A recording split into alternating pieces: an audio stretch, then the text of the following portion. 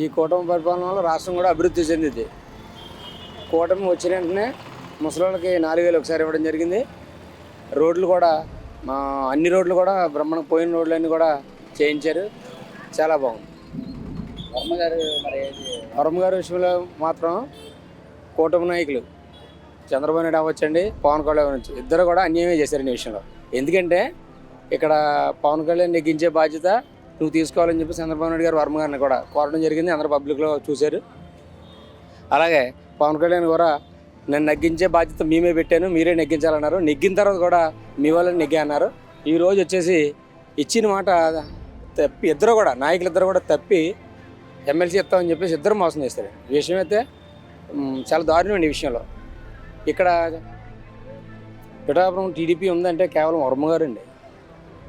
వర్మ అంటే ఇంకా టీడీపీ అంటే వర్మ అండి, పిఠాపురం రెండే లేదండి. ఎందుకంటే 23 సంవత్సరాలు బట్టి పార్టీ కష్టపడి కార్యకర్తల విషయంలో మంచి చెడ్డ ప్రతి కార్యక్రమానికి వెళ్ళి మరి ప్రజలు మన ఇక్కడ నియోజకవర్గం ప్రజలు అందరి మనల్ని పొందారండి ఆయన.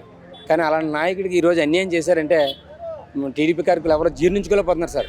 అయినా పదవులు ఇచ్చినా ఇవ్వకపోయినా వర్మ అంటే ఓ బ్రాండ్ అండి టీడీపీకి.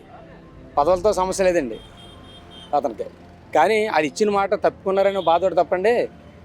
వర్మ గారికి పదవున్నా లేకపోయినా మాత్రం ఇక్కడ నియోజకవర్గ ప్రజల కష్ట సుఖాలు ఎప్పుడు నిత్యం ఉంటాడండి ఆయన. పదవి ఇచ్చారని ఇంటికాడ కూర్చోడు, పదవి లేదని చెప్పేసి ఇంట్లోనే కూర్చోడండి. పదవి ఉన్నా లేకపోయినా నిత్యం తెల్లారి 7 గంటలకు జనంలో రావడం, రాత్రి 7 గంటలకు వెళ్ళడం, పార్టీకి అలా సర్వీస్ చేస్తున్నాడు అండి ఈరోజు కూడా.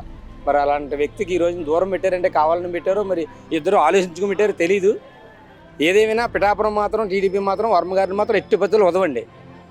వర్మ అంటే మేము అందరం ఉంటామండి. టీడీపీ గారితో పిఠాపురం లోకల్ కార్యకర్తలు అందరూ కూడా నియోజకవర్గ ప్రజలందరూ కూడా వర్మ అంటే ఉంటామండి. ఏదేమైనా పిఠాపురం అడ్డా పవన్ కళ్యాణ్ అన్నారు కదండి, పిఠాపురం అడ్డా పవన్ కళ్యాణ్ అడ్డా అన్నారు కదా.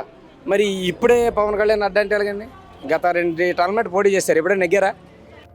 నెగ్గలేదు కదా. ఇప్పుడు ఇవాళ వర్మ గారు సపోర్ట్ వల్లే నెగ్గారు నిజంగా. కానీ ఈరోజు మాట తప్పి ఇక్కడ దానివల్ల కాదు, కూటమి మా పొత్తుల వల్ల నెగ్గారు తప్ప అదేం కాదంటున్నారు. కానీ ఇదంతా ప్రజలు ఆలోచిస్తున్నారు, చూస్తున్నారండి ఎవరి వల్ల నెగ్గారా ఏంటి అన్నది అండి.